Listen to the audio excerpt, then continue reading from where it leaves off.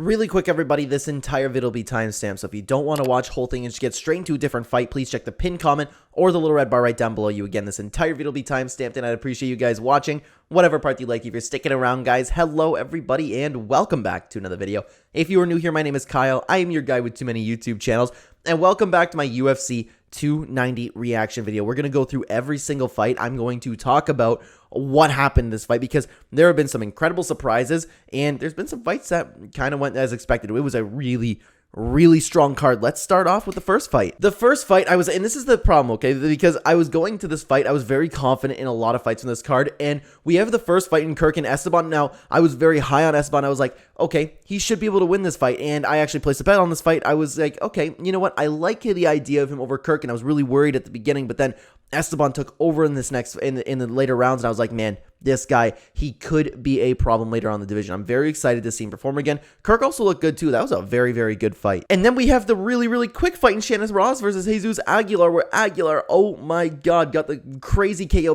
which is actually funny. I missed the KO because I happened to be looking at my brother while I was watching. I was just saying something, and then it's like, oh, and I was like, oh, well, I missed the knockout real time. I had to go back and I had to watch it through the replay, but it was a very solid knockout. Wow. Moving on, we have Saaiman versus Terrence Mitchell, and to be honest with you, this fight kind of went as expected. I thought Saaiman would be the real strong striker and look a lot better, but he just showed, man, whenever there's a little bit of problem with Saaiman, he has very good transitions. He can sweep you very nicely, get back up to his feet. That was the worry with Saaiman. We have seen him do that before, but Saaiman, I am totally on board with now. I am convinced he will be a contender in the division. He's looked good on the feet. He's looked good on the ground. Very solid win, solid finish. And that brings us to Petrino versus Marcin Prachnio, and that was a very good fight. I enjoyed watching the whole time. It was very nice, high-level fighting, and the fight kind of went everywhere. Petrino ended up getting the win, but I thought it was a very solid fight, but I don't have too much else to say about this one. But then we have the sad Jimmy Crute versus Alonzo Menifield fight, because Jimmy Crute has not looked good at all, man. He didn't look like he was ready to take this fight. He didn't look good in that octagon at all. He ended up getting finished. It's a little bit tough. Did Jimmy Crute retire? Because we saw him like bowing down to his gloves, but he didn't really have his moment. So I don't know. I would imagine he's retiring, which is a good thing, to be honest with you. Alonzo Menifield looked great. Jimmy Crute didn't. Very sad to see because Crute looked like broken and sad after that fight. It kind of broke my heart a little bit, but I wish nothing but the best for him. But then that takes us on to Tatsuro Taira versus Edgar Chairez. Now, I was picking Tatsuro Taira to win this fight, but I have not been nearly as high on this fighter as a lot of people have been, and that just solidified my opinion about it because while he did look good in this fight, we have seen him get in trouble. I don't know what to think about Taira moving forward. Taira's certainly a good fighter, and same with Edgar Chairez. They're both really good fighters, but people are talking about Taira like he's the future, and I need to see more from him.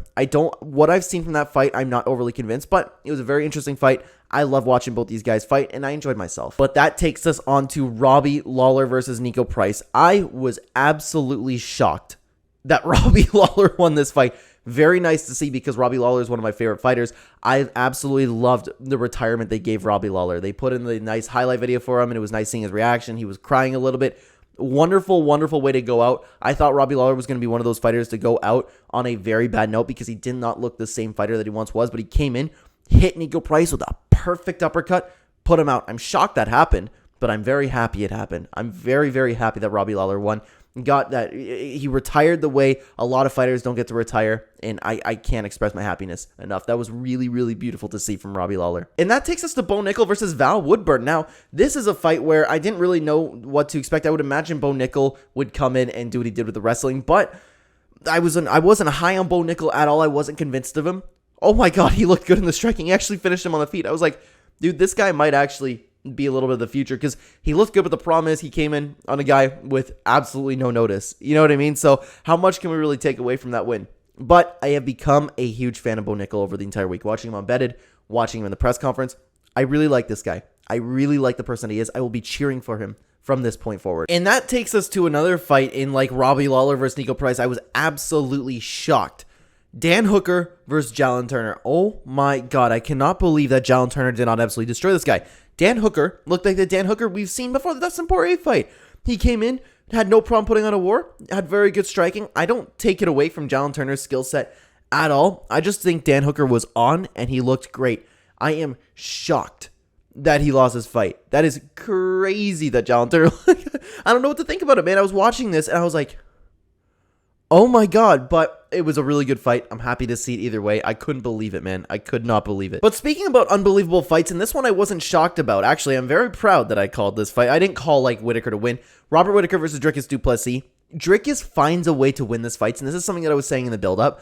Robert Whittaker, I believe, to be the better fighter, but Dricus just has a way of winning, and he won. He looked great against Robert Whittaker, and this actually makes me excited to see him against Israel Adesanya. I still am not on the Dricus train. While he does find his way to wins, I can see Adesanya just piecing him up. But man, this is an exciting fight. I was kind of looking forward to Strickland versus Adesanya too, but Dricus du Plessis, happy for his win. I like him as a guy. I'd be cheering for him against Adesanya.